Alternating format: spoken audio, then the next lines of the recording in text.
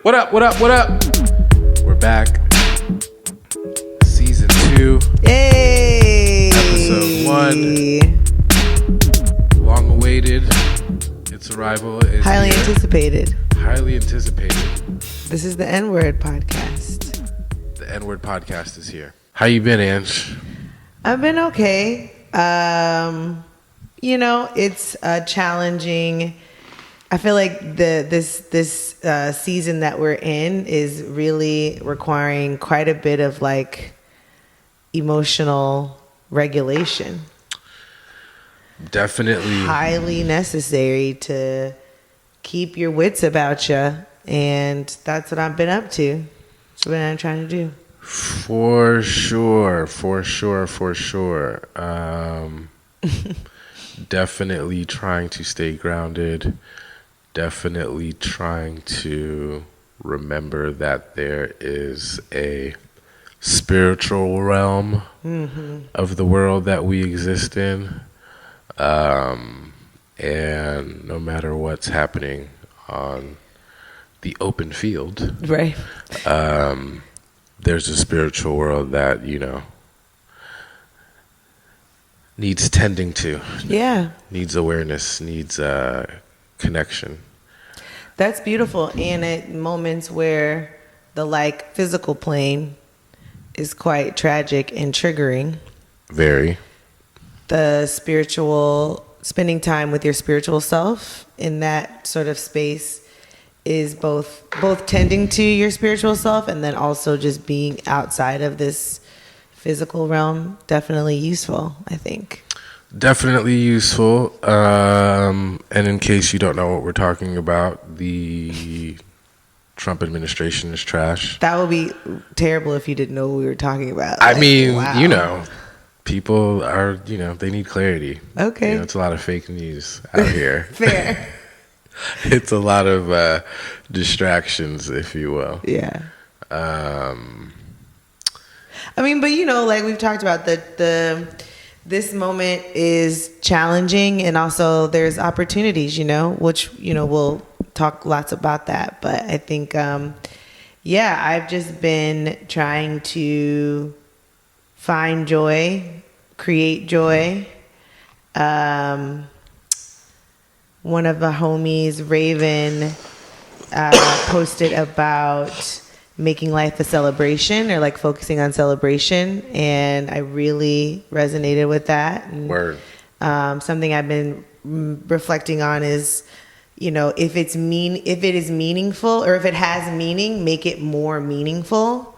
So like the things that matter, the things that feel meaningful, like go in, like the relationships, the experiences, the projects, the, conversations, whatever. Like if it means something to you, like make it even more meaningful. Go crazy with it, especially right now, again, where there's just a lot of like, it's not even noise. It's real. It's very real shit. It's very like, it's not even a thing to check out of. Like there has to be a balance of like doing the things that are, like you say, joyful, meaningful, tending to your spiritual self, while also trying to survive and respond and be present in what is in front of us.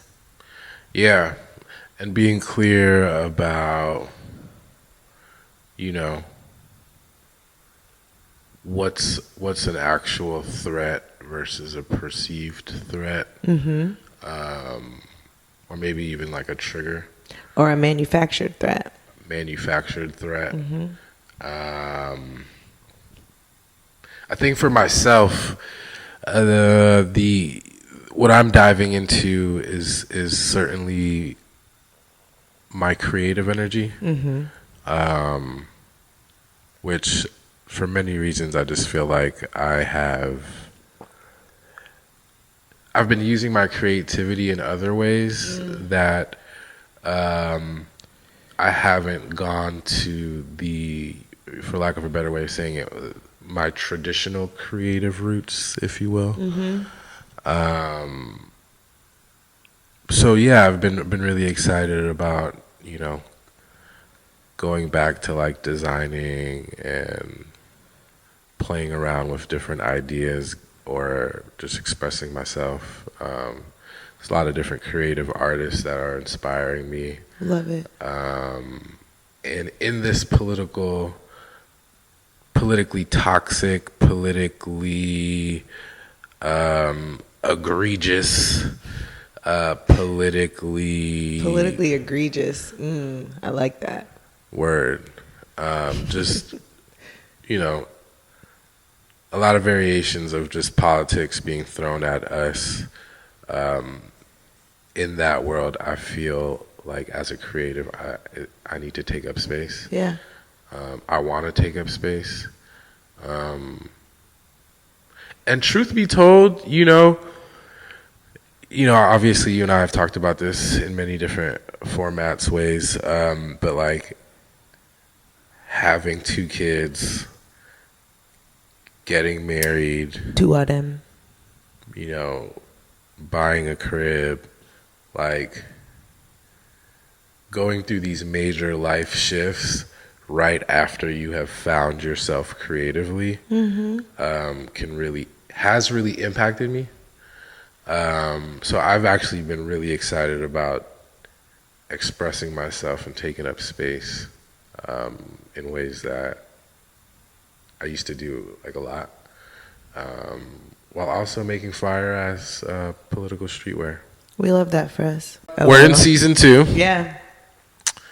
I'm interested in what lessons have you learned from season 1? Anything you're excited about, or yeah, what I comes would up say for you? lessons I learned from season 1 is just that these conversations are important and helpful, and I'm excited to have more guests on the show in season 2. I'm really excited about drilling down and getting really specific with people about the ways that they can, and we do try to disrupt white supremacy in our day-to-day lives. And also excited to hear from other people about how they are doing it and what it looks like for them. I'm also excited to not have to talk about elections. Yeah. I think, I am a very politically centered person.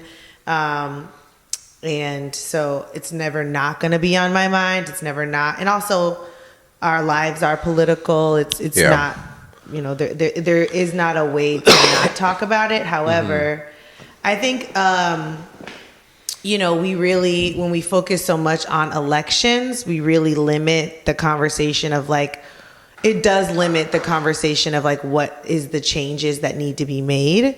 What is social justice work? What is justice work? What is the work that we all are to do to move towards progress? Elections is such a real tiny part of that, but it just takes up so much space.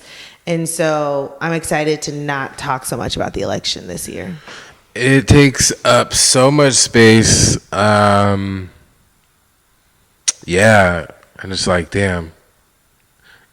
Even though it is just a tiny part, it is it's also almost saying the Super Bowl is a tiny part. Yeah, right. Exactly. Which is damn, huh? Yeah. It's kind of it is only one game, but it's kind of the game in many ways. Yeah, I feel you. No, that's real though. I'm also excited about talking about just other things that are not elections and just flourishing those conversations in the way that they need to happen. I feel like a lesson that I'm excited about holding on to as we move through season 2 is just consistency. Season 1 was very testing grounds for us. For sure. It was very let's see how we can do this. Let's see what feels right. I feel like we built our way up to understanding what consistency could look like. So that's cool. Yeah. You look really cool, by the way. Thank Your you. glasses and such. I appreciate that. As do you. Thank you. With the throwback Black Thighs Matter. A fave. It really makes me think about KKK or GOP. Child, please. We should talk about this actually, because I've been thinking like many of your the South was started sort of in earnest 2017, like end of 2017. Yeah. But you have been designing political streetwear way before that. Word. And some of your throwback designs are like they were generated and created during the first Trump administration, and just so much of the work that we did and we did with our homies back then is like canary in the coal mine type shit. Like we were literally like, hey, hi, hello, this is white supremacy. It's giving the Klan like. I think we said this isn't allowed. I thought we're pretty sure the books, the amendments, the laws said you can't be this racist. Like, and why is this here? And we got told that was extreme and that we needed to like not say those things. And literally, here we are, Nazis in the White House. It is very hard to not walk around like I told you so. Like, God. What the fuck? We said this was the KKK. We said this was the KKK, and it is not, in fact, the GOP. Or is it the GOP? Or is it? Are they the same? Are they the same? What's happening? And that was what, 2016, right? Wait. I was 2015. 2015. KKK or GOP was literally 10 years ago. 2015. I appreciate. I don't know. I guess I. And the just to throw out there, the "Don't let your president get your ass whooped" sweatshirt. About to bring that boy back out too. So it's what a time. What a time. I don't know. It's interesting. I often, on one hand, I'm like, what would it look like for that campaign to have gotten fully supported and embraced? Sure. Versus like a weird variation of bystander apathy, where people just watched the show and like, the real niggas who threw down actually threw down, and like, we shout out to Dream Defenders and Color of Change, and again, various homies that helped us throw down in that moment. But it's just weird. Well, it also makes me think. I think I've been thinking a lot about time, and So right, that was 10 years ago, which feels like a lot of time, also not that much time. And so much has happened in between there. So like, to me, yes, it is annoying. And also I think it's a reminder that like kind of what there is some subset of us that need to be saying the thing that's true 10 years from now. Yeah. Do you know what I mean? Like some of us... We live in the future, so we should be expressing what we feel right now, because 9 times out of 10, it's what where the masses will be. It's what the world should look like 10 years from now. And that's part of, I think, unlearning, disrupting white supremacy and or trying to like live a more liberated life. Like say that even if it's not... what we said back then was KKK or GOP was like not mainstream at all. Right. Here we are, fast forward 10 years later. This shit is rooted in the White House. It's pretty mainstream at this point. And it should be even more mainstream, honestly. More people should be calling a spade, but, white supremacy. But like, I do think that it's important to it's a good reminder to like say the things now, Yeah. even if it feels like far-fetched, even Yeah. if it feels like extreme or, you know, Yeah. whatever, because we need to be planting those seeds out into the future, both what we want the world to be and also where we see us headed. Shout out to Octavia Butler. Word. Also, yes, I appreciate you saying that too, because it makes me think about, you know, obviously the current time that we're in, but also like what needs to be said right now. And, you know, it's interesting because I remember when it was the end of Trump's term and In 2020, end of 2020. basically when the election defense campaign work started happening. End of 2020, right? So basically, before that work started, it was like, oh snap, you know, intel is coming in and it's sounding like these folks are going to try to steal the election. Shit might get crazy at polling locations. Even though I've been in this organizing space for quite some time, I was just like, huh, this shit ain't about to happen. Like, No way. these fools are not about to square up for the polls. So, and then like, you know, we kept on getting deeper and deeper into the campaign and that work, and it's just like, oh shit, like this is legit. This is a legitimate threat. Okay, so like I will absorb what the smart people in the room are saying, and I will, you know, remove my own thoughts and just say some shit's gonna pop off. Great, I'm gonna put that view on and I'm gonna run with it. And you know, obviously in the back of my mind, I'm like, I roll, whatever. And then shit pops off. January 6th. They're like, Niggas is wilding out. And then I'm just like, okay, cool. So there are people in the room that are doing the math, and I'm going to lean into that more.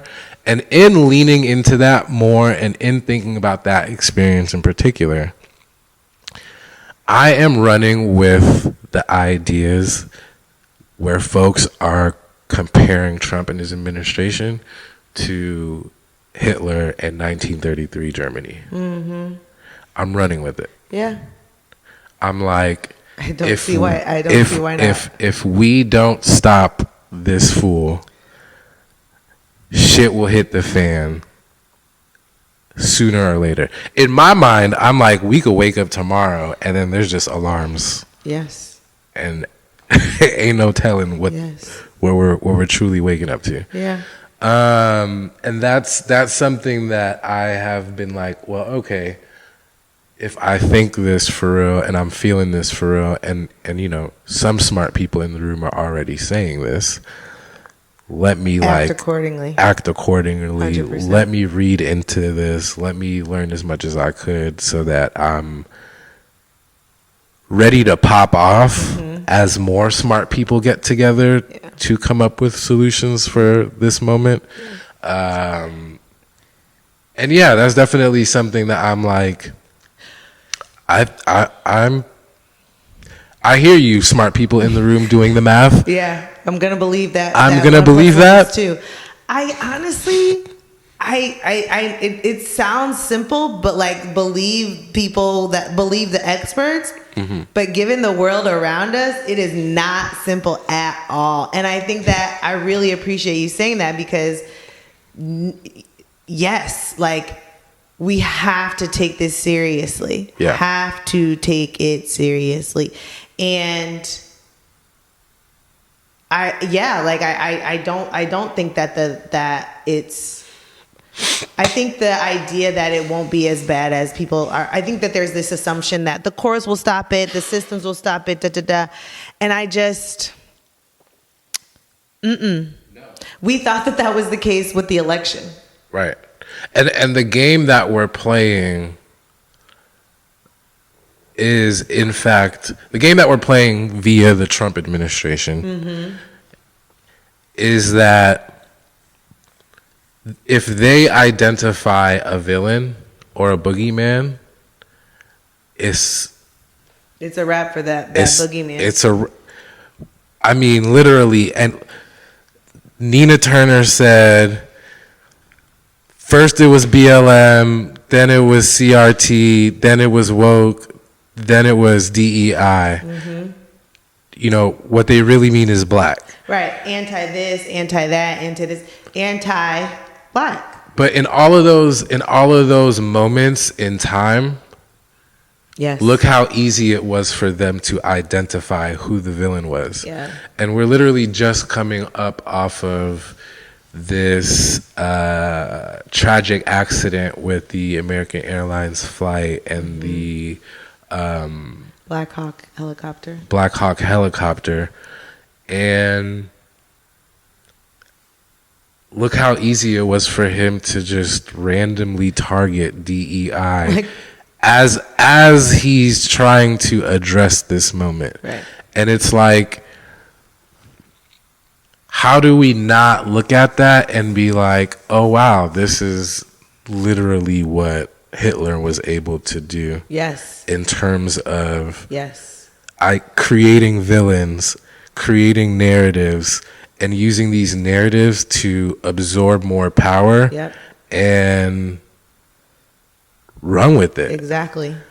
That shit is crazy to me. And so there's two things that I'm thinking about from this. One is that, like, this instinct that people have to be like, no, that's not it. No, what did you say? What were you were watching the Joe Budden podcast? Yo, Joe Budden. That's not fair. Yo, Joe Budden the Joe Budden podcast had Dr. Umar on there, and every time Dr. Umar made an extremely valid point about white supremacy, the people that were on the show, they'd be like, that's not fair.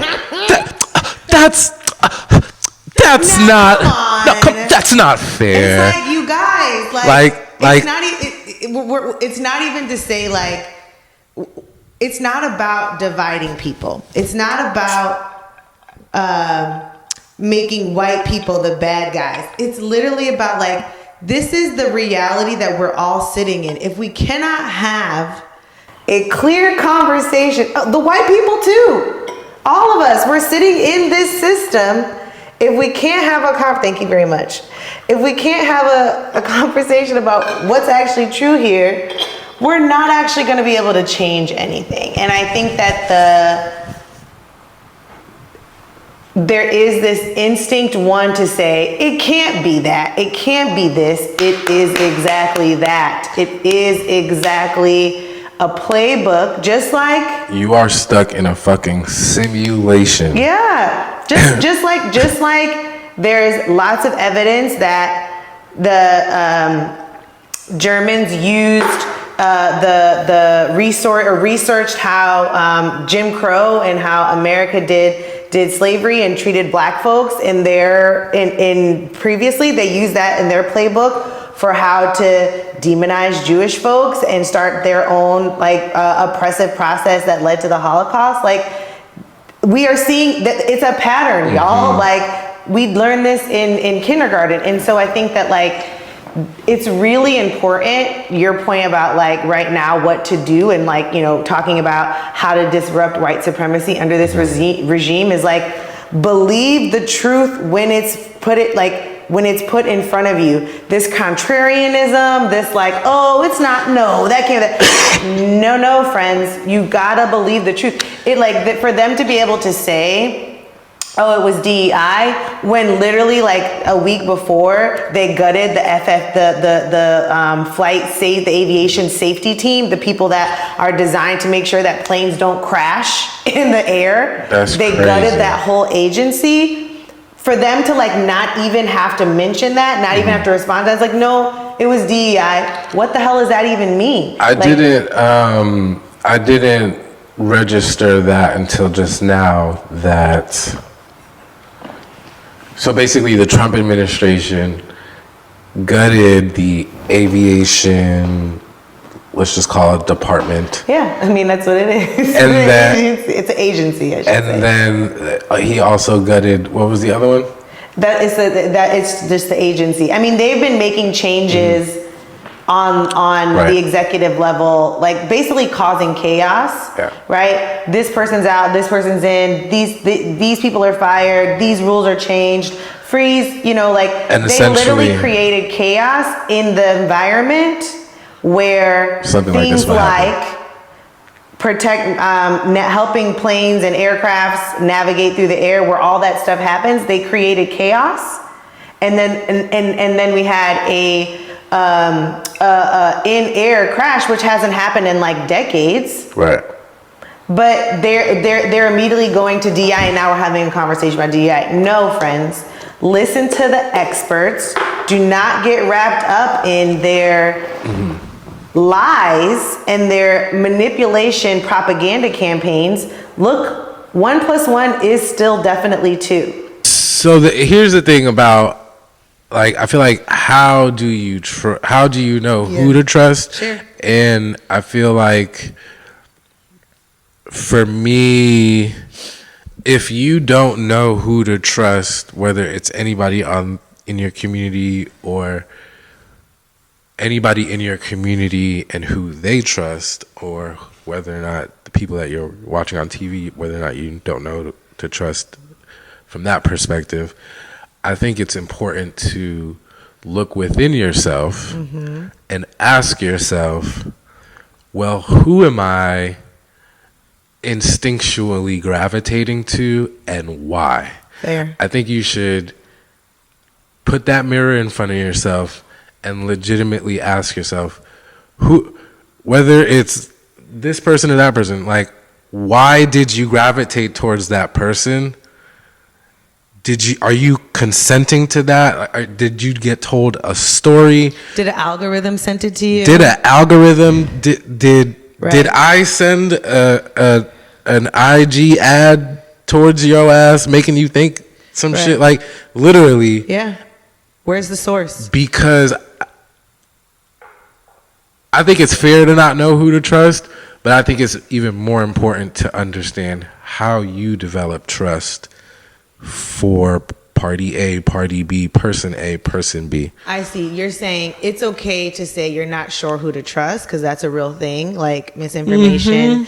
People have their own agendas, whatever. For sure. But what you should do is check in with, like, how do you know what you trust, or like how are you determining what are the factors that you're taking in to, or that you're considering when you decide who and what is a trustworthy source. Yes, Yeah. and ask yourself how you actually got to trusting whatever you feel like you are trusting. Also that. And I'm especially thinking about the many undocumented folks who pushed for Trump in some way, shape, or form.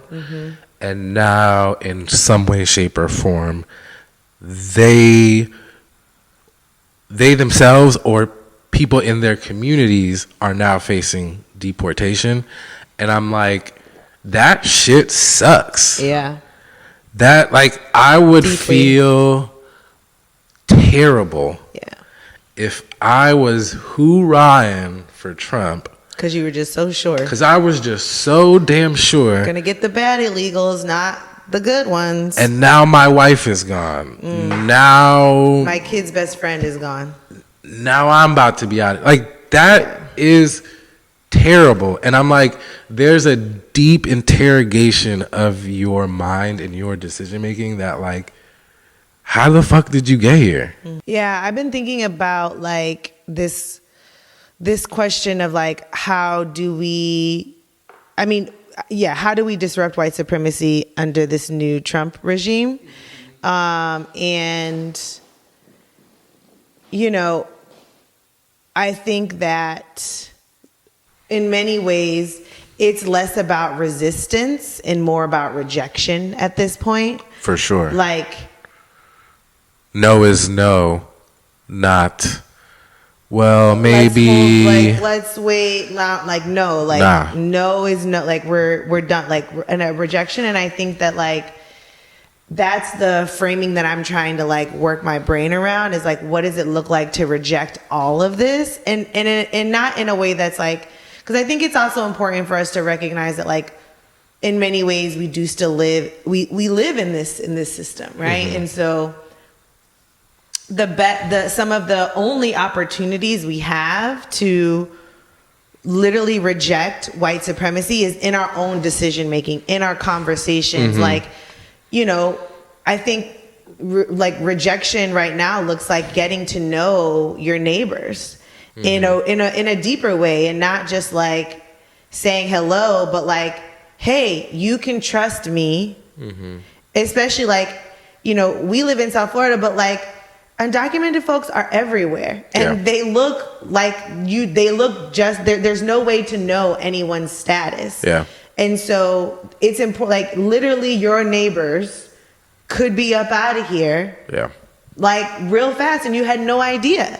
And so it's just like the thing that I'm really trying to work on and push myself. And like, frankly, we live in South Florida, so it's a little, and our neighbors are not. It's not clear that they share our ideas or our values. And I don't think also- they do. You don't think they do? No, for Okay. sure. But Well, and also, I feel you. Break bread. But like, yeah, like where is there a place that we can find common ground, or at the very least, like, hey, if the feds are coming for you, I got you. Like, I was able to find common ground with our Trump supporter neighbors shout out to you. via our hatred for the HOA. Okay, Yes, we were another man. We were both in alignment with like, all right, we gotta figure out how to combat these niggas because they're aggressive. And you know, so it's kind of like, no, we don't necessarily have to like be BFF, but we can figure out how to show that we can protect each other support each other against these larger forces that are trying to oppress us, I feel. Yeah, and if it's not breaking bread with, you know, those willing to break bread on the other side, in whatever way, shape, or form, then it's let me be deeply rooted in my community Absolutely. and my people and give it my everything. And I think I'm more there than I am with wanting to break bread with the other side. I think about breaking bread with the other side, but I'm too confident and clear about my values that it makes it very hard to look at, you know, a rival and try to sit down with them. I can do it for clear strategic reasons, like the one I just articulated, which is like, we literally have a neighbor to our right that is literally like Trump supporters, but like we have to figure out how to live with them as neighbors. Right. And what I'm not talking about necessarily like breaking bread. I'm talking about like, at the very least, you know that I got your back if there's like, we know what each other are dealing with. And I think that I'm thinking specifically about like law enforcement coming into our communities and taking people out. Mm-hmm. I'm specifically thinking about like that type of So if we walk out, yeah. So like if we're outside and there's an ICE truck coming pick me around, up, we know like, hey, ask the right questions. You can send us your information. Like there's some type of communication and solidarity that happens. And that doesn't mean that like we have dinner together. That doesn't mean that I'm talking to you about my problems, but it does mean at the very least, like, you're like, oh, here's the bottom line. yeah. And you're like, let's establish a bottom line to, at the very least, keep our little corner safe. I might not fuck with you, but what are you doing if the police come? Literally, what are you doing if the police come to my door? Because for sure. I'll let you know what happens if the police come to your door. Because I'm gonna be honest, I hate relying on white people. Yes. My way of navigating white supremacy is to never look towards a white person and be like, they're gonna come save me. Because I have experienced that countless amount of times where these niggas have sold the fuck out. Whether it's personally, whether it's watching the shit happen on TV, literally. So it's like, for me, as a way to protect myself from white supremacy, I'm like, I don't need these niggas. Fuck it. I'll go to the mud, nigga. Like, yeah. Nope. If you want to do it out of the kindness of your heart because you're an ally and you trying to show up, show the fuck up. Yes. Take up space. Yes, and I do feel, I don't love this, that this might be true, but I do think that it may be true that that is an area where we're going to have to shift if we're going to survive this moment. I don't love it. And I also am not saying that I'm very trusting of, certainly not our neighbors, but like, I'm trying to what I'm trying to do is figure out what's up with me. Where are my boundaries? What boundaries can I set up so that I can be in community with the people that are around me? Okay. And at a certain level. And also, I think I agree with you, like going deeper with the people that do share our values, that do feel aligned, that do feel like home in different ways. Absolutely.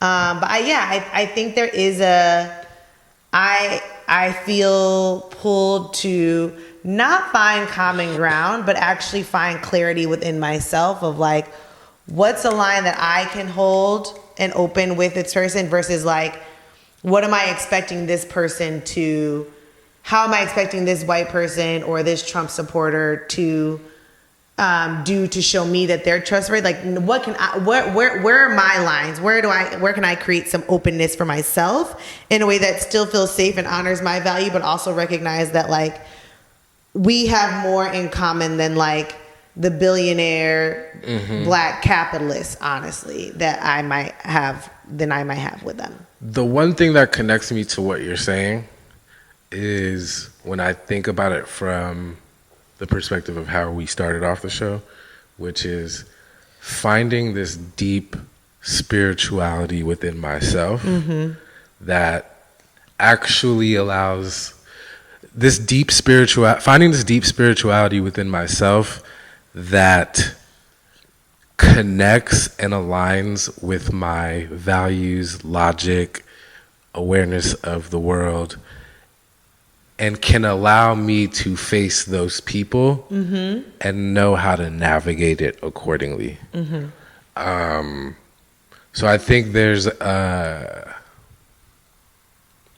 almost like a fusion of like trying to do what you're saying while still holding on to my values, my clarity, what I know to be true, but also, like you're saying, creating and establishing those bottom lines where, all right, we're clear about like, all right, if the police do show up, if ICE does show up, what's a giving? And even as we answer those questions as a community, in the back of my mind, I'm still just like, Sure. Can't be looking at them crackers, boy. I tell you. I mean, on the other side of that, though, not the other side, but like another part of like where I think I want to I'm encouraging myself to, and I want to invite others to also, in terms of disrupting white supremacy in this moment, is to like, show out in public. And for sure. Because I think that, especially if you live in places like where we live,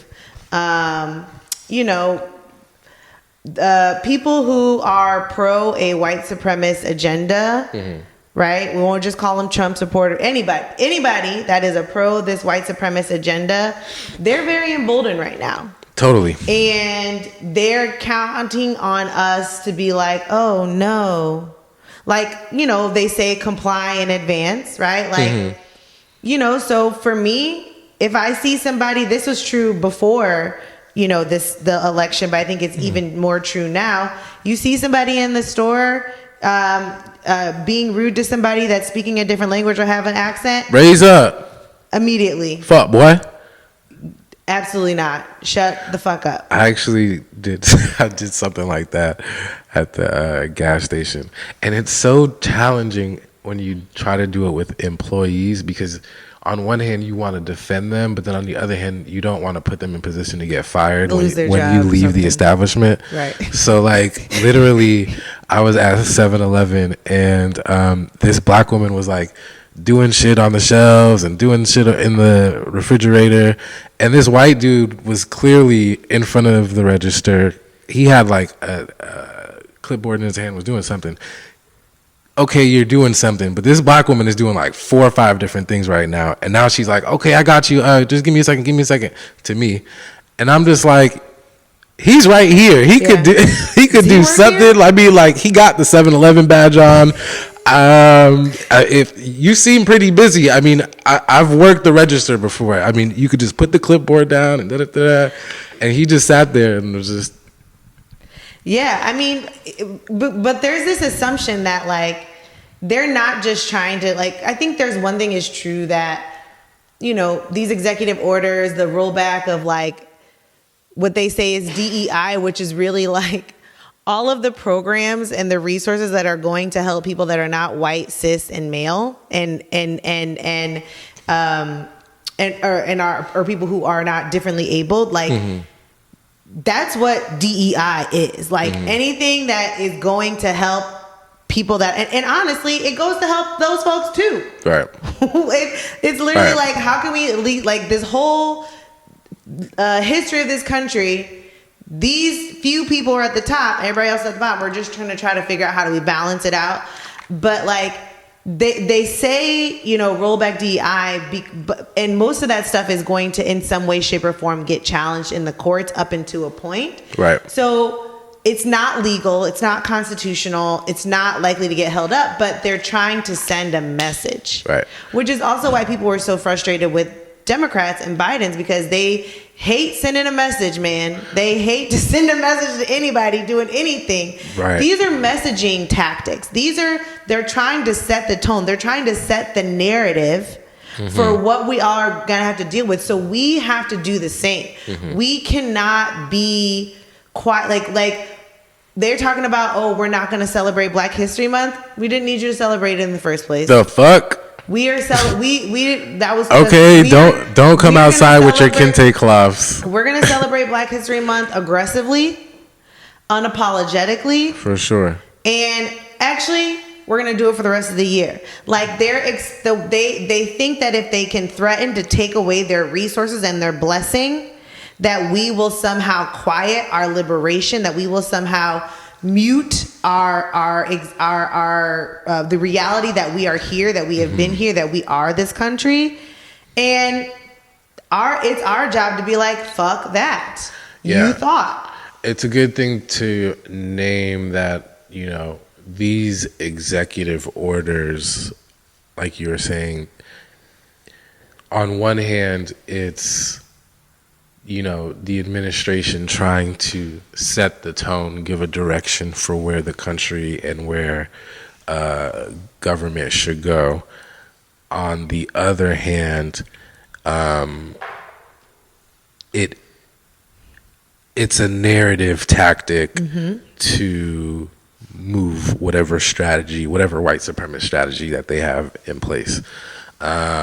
These are not yet laws. They have to go through the courts in many different ways. And I'm sure that some of them are just going to slide right through, I assume at least, because I'm not fully aware of how the courts are structured. But it's important to note what is a legitimate threat right now versus what is the Trump administration, Their messaging tactics, their scare tactics. But also, I think that, I'm thinking specifically about schools where they say there's one of the executive orders basically says if you teach history in a certain way, you can either get denied funding or you can be charged with a crime. I'm waiting for a teacher to do it. I'm waiting for teachers. I'm waiting for school districts to do it. Yeah. Take it to court. Yeah. Let's fight it out. Or they won't. Maybe they won't take it to court. Maybe they won't fight it out. Maybe they will just demonize you. And it's true. There are teachers who have already, especially here in Florida, who've already been fired, lost their jobs for doing these things. And there's litigation that's gone back and forth. But the point is, we have to fight these things at every angle and not just like resist, meaning like, let's change a word here, reject. Yeah. No, your attempt to whitewash our history is not going to happen. We're not going to let you do it. And I think that that's something that we also all need to be prepared to be rallying behind. It is also interesting to think about how this political moment is positioning many of us to have to posture ourselves as, fuck it, we will take this in court, take this to court, as opposed to like, we don't fuck with the legal system. We don't fuck with the legal system. Let me not get in trouble. I feel like there's a lot of areas in life where we're kind of having to be like, nah, fuck it, we just gotta fight. Yeah. And as I say that, it's making me think about those of us who can afford to do that. Yeah. Those of our allies who can afford to do that. Yeah. How they show up in this moment. I'm also interested in there's a whole lot of conversation to be had about the wealth inequality of it all. I'm really interested in the black billionaires, the black millionaires, the people of color that perhaps don't share our values, but at the very least believe in the dignity of race, like being able to like have equality among the races, or seeing different cultures as equal to and not less than whiteness. Like I'm really interested in hopeful hopeful for more folks to be like, actually enough. Like, I'm going to risk my access to the elite class because I have money in order to show up in this moment for the undercast, which is mostly black, brown, disabled, and queer and trans. Word. In a lot of ways, I hear that as, I hope those people in that class can get transformed in this moment, because it's like, if you don't understand white supremacy, then nothing in front of you will make sense. Yeah. And what's gonna actually change? And it's crazy because as you were saying that, I was like, what's the analogy here? And it made me think about an NBA athlete who's like a really good 3-pointer, but you play like you're in the G League, and it's just like, it don't really matter how good of a 3-point shooter you are. If you still playing like you playing in the G League, then like, at what point do I let go of this aspiration that you will make it into the NBA and your 3-point shooting will be of value to our team? Fair. Because it's just like, I guess we do have to eat the rich. We have to eat the rich, and in some cases and areas, I personally am just like, what does moving on look like? Moving on what? Like just moving on from some of these people. Yeah. No, totally. I guess that's true. Yeah. Well, we'll see. We shall. Anyways, episode 1 of the podcast that is called The N-Word Podcast. The N-Word Podcast. Very excited about what is to come for the future of this show. We're back. Last thing to say, wear your political streetwear. That's a great way to disrupt white supremacy in this moment. Send us your pictures. Check out thisthesouth.com. Get your items. And thanks for listening. Thanks for listening, y'all. Peace.